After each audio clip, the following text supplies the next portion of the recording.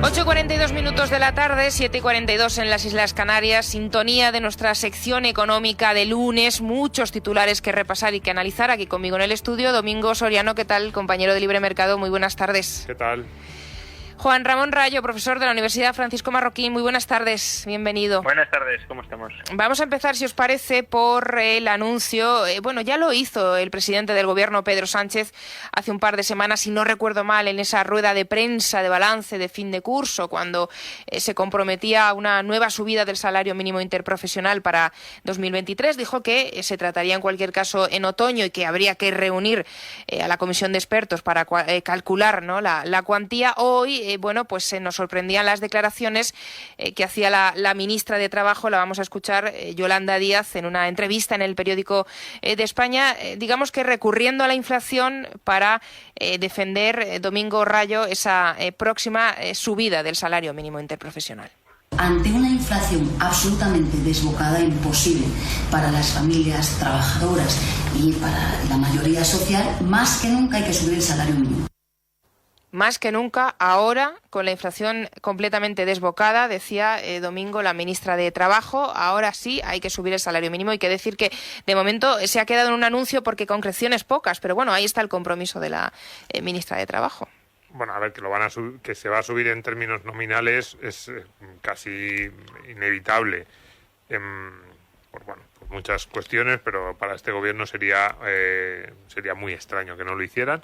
Ahora la pregunta es cuánto lo van a subir, y eso no lo ha dicho, y esa es la clave, porque con el salario mínimo están haciendo muchas trampas en estos últimos meses, que básicamente es acordarse de subidas previas, que son subidas en términos nominales, de sí, pues cosas de lo que sea, de 900 a 950 a 1000, pero que no cubren en la subida de los precios, con lo cual en términos reales el salario mínimo ahora mismo es muy inferior al que era hace 2 años.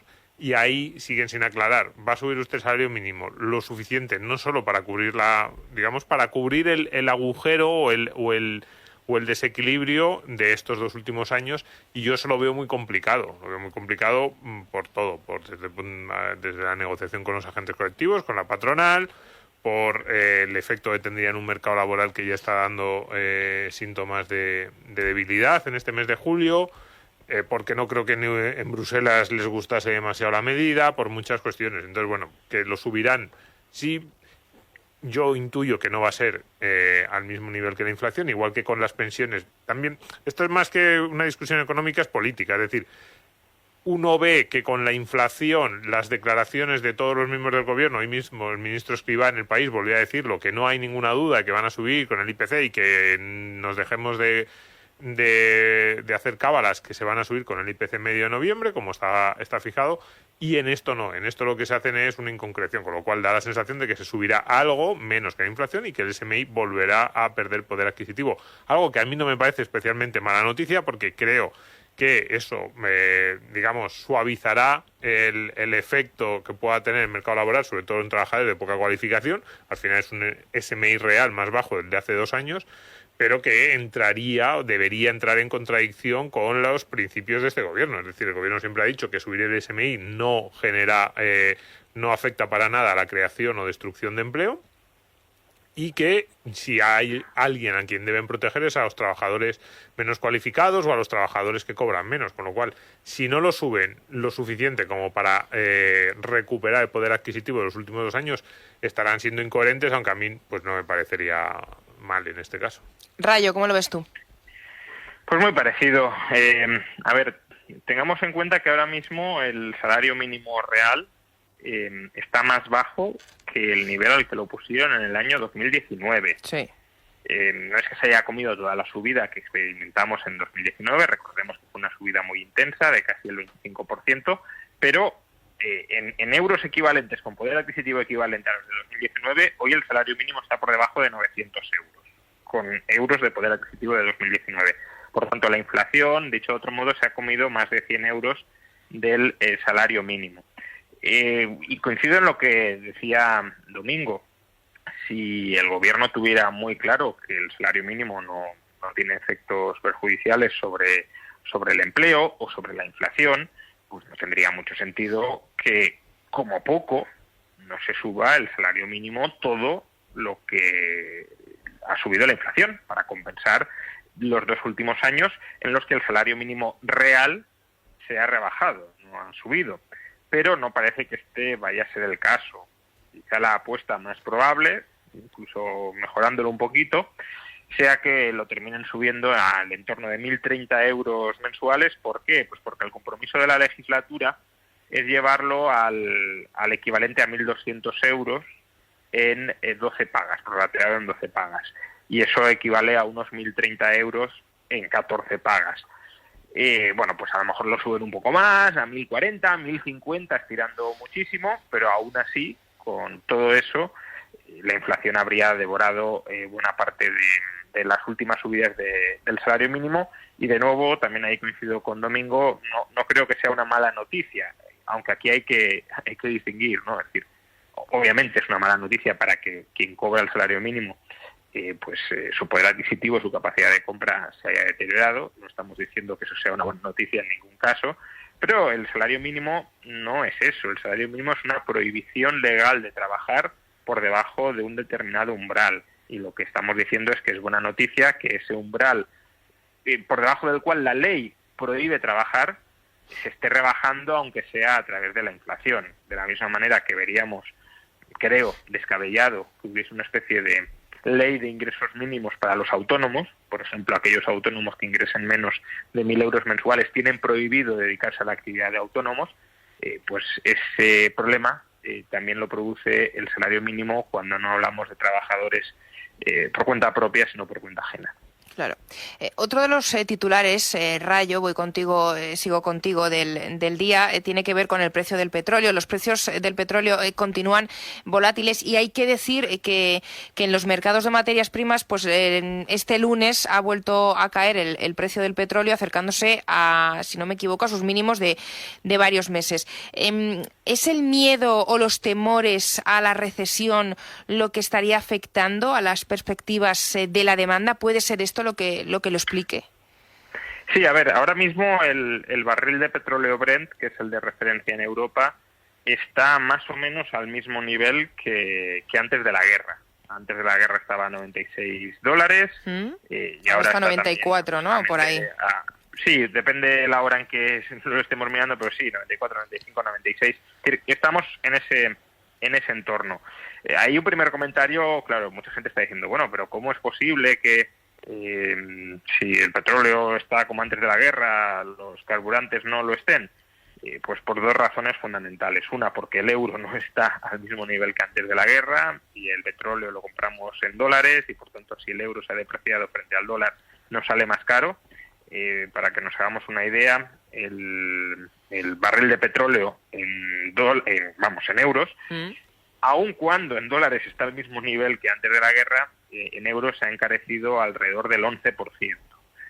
Y la gasolina está un 15%, el promedio de las gasolineras en España, un 15% más alta que antes de la guerra. Tanto en la gasolina no hay ya mucha diferencia, no hay mucha distancia. Donde sí lo hay es en el gasóleo. En el gasóleo la subida ha sido, con respecto a antes de la guerra, del 25%, y claro, no se termina de entender porque si el petróleo ha subido en euros un 11%, el gasóleo esté experimentando una subida de más del doble. Y aquí la razón es la capacidad de refino.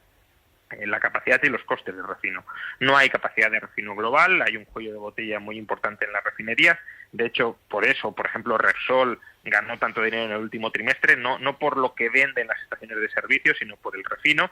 Y además los costes del refino, especialmente los del refino del gasóleo, se han disparado porque se utiliza gas, y el gas sí está mucho más caro. Claro. Por tanto, aquí hay una cierta mala noticia, y es que no hay en realidad tanto margen para que bajen mucho más los carburantes si no se aprecia el euro o si no baja más el petróleo.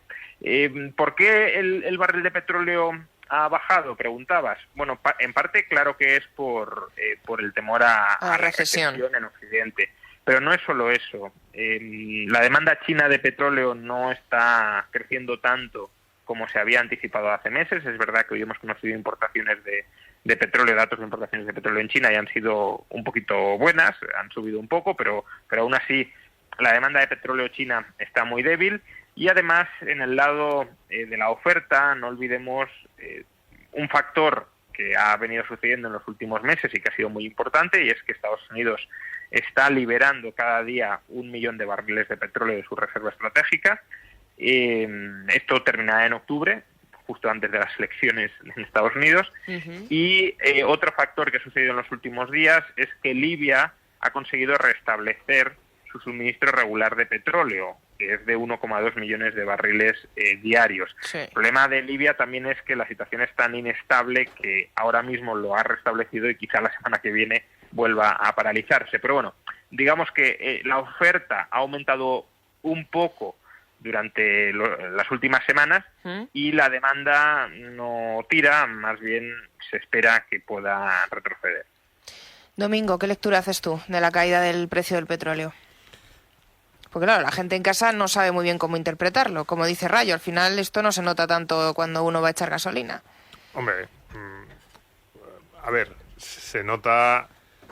A ver, yo la lectura que hago es que para nosotros, desde el punto de vista de la eurozona, a mí lo que más me interesaba es lo que estaba diciendo esa relación entre el dólar y el euro y lo que eso supone para nosotros, que lo hemos comentado en las últimas semanas. Es decir, en un contexto en el que el resto de los bancos centrales están subiendo los tipos,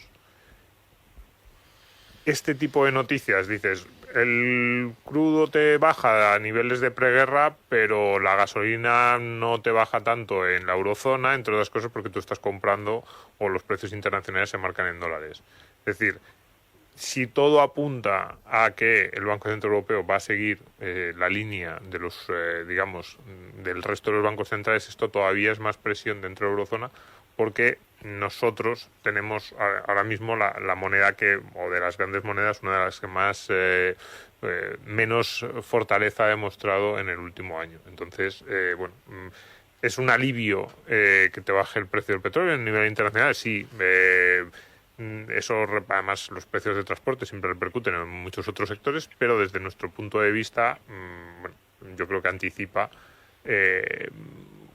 subida de tipo, o digamos que confirma que lo que todos, no tanto la rebaja del precio del petróleo como esa comparativa entre lo que ha bajado el precio del petróleo y el hecho de que eso no acabe de reflejarse en los precios de nuestra área económica de la eurozona, confirma que vamos a ir a una subida de tipos y a una situación que, ya lo decía la semana pasada, si algún país a mí me genera dudas cómo puede reaccionar en ese entorno, puede ser Italia y España. Y por escuchar, Domingo, una última valoración vuestra del gran asunto del día, el plan energético del Gobierno. Al final, el Gobierno dice que lo va a mantener intacto, que no se toca, que está ya en vigor. Hay que ejecutar las medidas a partir de este miércoles, domingo, pese a que el Partido Popular ha exigido su retirada. Las comunidades gobernadas por el Partido Popular, de hecho Madrid, lo va a recurrir ante el Tribunal Constitucional. ¿Te sorprende o no te sorprende la posición del Gobierno con la semana ya que arrastramos con este plan energético? No me sorprende, y a mí la parte que menos me gusta del plan energético es que introduce una enorme carga de inseguridad jurídica para las empresas, que es la parte que a mí siempre digo que más me preocupa en lo que tiene que ver la relación de las empresas españolas con la normativa, es que muchas veces no saben lo que hacer, muchas veces no saben cómo enfrentarse. Aparte de esa normativa, hablamos en temas de seguridad, en temas medioambientales, en temas de higiene. Cuando hablas con un comerciante, con alguien que tiene un bar, te dices que no sé ni lo que se me aplica, ni si estoy cumpliendo, y siento que si cumpliera todas las normas no podría abrir la ventanilla, no podría abrir la persiana de mi negocio, y esta es una norma que en eso yo le di la razón, sinceramente, a los consejeros del PP que han protestado, a los consejeros de las comunidades autónomas, es que introduce más inseguridad. Es que uno se la ley y dice, si yo tuviera un negocio, no sabría qué es lo que puedo hacer. El otro día la ministra diciendo, no, unos 25 grados... El decreto dice 19-20... No, pero es que el decreto dice 19-27 y dice en las situaciones en las que debido a la situación excepcional del comercio se requiera... Pero claro, es una frase de una vaguedad absoluta. Claro. Y la ministra diciendo unos 25 grados. Oiga, ahí usted tiene un decreto ley publicado en el BOE que dice de 19 a 27 y una situación excepcional, que es la frase que viene en el decreto, que cada comerciante tendrá que aplicar. Entonces, como quiera, esa inseguridad jurídica constante que asedia a los comerciantes comerciantes, a los empresarios españoles, esto lo que hace es una losa más en un tema que además da la sensación de que, bueno, que estará todo el mundo como pendiente, con lo cual pueden tener el temor de que se le envíe, pues que te aparezca un día un inspector y te diga, no tiene usted no se justifica su comercio, usted no entra dentro de los comercios que pueden acogerse a esa frase a la que la ministra dijo que algunos comercios podrían acogerse y por lo tanto pues le multo, le impongo la sanción que sea. Y bueno, es un drama porque ya suficiente tienen cualquier comerciante español con las normas que ya les venían de atrás y que ya introducían muchísima inseguridad jurídica en su día a día. Luego, a lo largo de la tertulia nos vamos a marchar hasta Baleares porque el gobierno de la socialista Armengol ya ha dicho que va a imponer unas inspecciones periódicas para comprobar si se cumple o no con el plan energético del gobierno y, como dice Domingo, con la interpretación que puede hacer cada administración. Rayo, voy contigo. ¿Tú cómo lo has visto este mensaje que ha trasladado hoy la ministra Rivera? A ver, yo creo que la crítica que se le puede hacer, aparte de lo que mencionaba Domingo, bien mencionado, es una crítica de principio o de fondo. El ahorro energético puede ser necesario y conveniente en un momento de escasez energética, pero es que ese ahorro energético ya lo están aplicando las familias y las empresas españolas debido a la subida de precios y debido también a la perspectiva de recesión. Estábamos mencionando hace un momento que el precio del petróleo en el precio internacional había caído. ¿Por qué ha caído? Por la menor demanda. ¿Por qué hay menor demanda? Pues por la perspectiva de recesión y también por los altos precios que lleva a que la gente economice. Lo que ha conseguido históricamente que la demanda eléctrica, la demanda de gas que haya en España, no ha sido que un gobierno nos haya dicho podéis consumir tanta energía para esto pero no para lo otro. Ha sido simplemente el mecanismo de precios y dentro de ese mecanismo de precios cada persona reacciona y se adapta como considera pertinente. Y estamos, sin embargo, abandonando ese mecanismo porque además está cada vez más falseado. Si suben los precios, impedimos que suban y luego queremos que se ahorre, pero que no suban demasiado los precios. Y vamos a un mecanismo de racionamiento político. Y eso, más allá de la economía, que pues no deja de ser arbitrario, si hay que ahorrar de esta manera o de la otra, el comerciante a lo mejor dice yo prefiero ahorrar pues no sé, dejando de iluminar el escaparate, pero dejando de poner el aire acondicionado durante el día para que la gente entre a la tienda. Bueno, esa es una decisión que tiene que tomar cada comerciante porque él sabe lo que es mejor para su comercio. Sí. Y en lugar de eso lo que estamos haciendo es mandatos políticos que, ya digo, al margen del perjuicio económico que puedan llevar, creo que son un precedente muy negativo para las libertades personales, porque al final allí donde no podemos decidir cada uno de nosotros qué hacer con nuestra vida, decide el político y nosotros agachamos la cabeza. Sobre todo llamativo también ese último mensaje que dejaba la ministra Rivera en su rueda de prensa diciendo que en caso de dudas en los pequeños comerciantes, pues que recurran a las administraciones competentes que ya les aclararán ellos lo que contiene ese Real Decreto de 83 páginas. Es que eso es un escándalo. Claro, es que una ministra haga este tipo de declaraciones con un decreto que está publicado en el BOE, como diga, ¿cómo que en caso de dudas me tengo que poner a llamar y a saber con quién me encuentro, con qué voy a llamar? Y en función del funcionario que me toque me van a decir lo que tengo que hacer en mi tienda. Va a venir el funcionario a ver cuáles son las condiciones de mi tienda. Si yo entro dentro de esa situación de excepcionalidad, tenía toda la razón Rayo. Mecanismos de precios o incluso en un segundo, o sea, pensándolo más allá, un mecanismo que por lo menos permita que el que tome la decisión de cómo ajustarse sea el empresario. Yo qué sé, yo pensaba el otro día establecer que un comercio que no pueda gastar más del 5% de la media de gas que haya gastado, o sea, de la media de electricidad que haya gastado en los últimos 5 años. Por ejemplo. Es un tipo de razonamiento que probablemente yo no estoy de acuerdo, pero digo, bueno, por lo menos dejas que la medida concreta la tome cada uno sobre el terreno. No le pones tú una misma medida a una zapatería en Sevilla, a un bar en Bilbao y a una tienda de chocolatinas en Elche. Es que no tiene ningún sentido. Bueno, pues de todo esto vamos a hablar, señores, largo y tendido ya a lo largo de nuestra tertulia política. Domingo Soriano, muchísimas gracias. Hasta el jueves. Gracias. Juan Ramón Rayo, muchas gracias. Hasta el jueves. Adiós. Hasta el jueves.